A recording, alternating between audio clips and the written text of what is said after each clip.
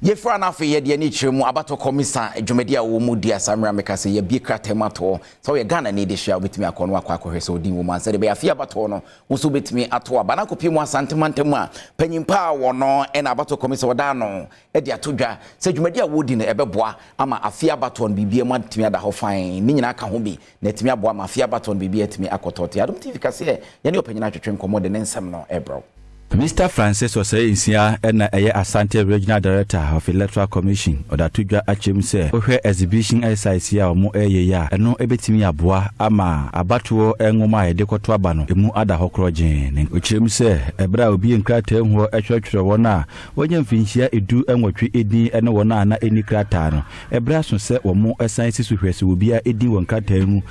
ye ba bonten ebechocho odin echobi 2020 it should be 2023 na enu echi esa chubi nti yedi koye ekoto abato nti ebi wo kra na register no obi wo mu a na obeni se wa minor wonu obi wo kwa wo free mu ne didi aso wo mu obi so na onye Ghana ni nti hia ne se ye cleaning register no se brofo ba ma ye kwansa ye cleaning register no nti ne se ye wie de ye ya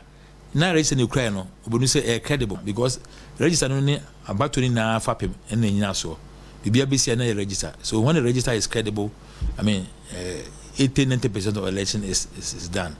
Otwane nkase so kire se obu ho ara ne card no aira ohwa konya se wokọ na okohwe eno akine nso no dodo na ebetimi acheke ewo won phone so bia nkonkọhwe ne din if say wokọ awo nche wa chair na sema me no 2 minutes na we na wokọ enya de ha adwe mebre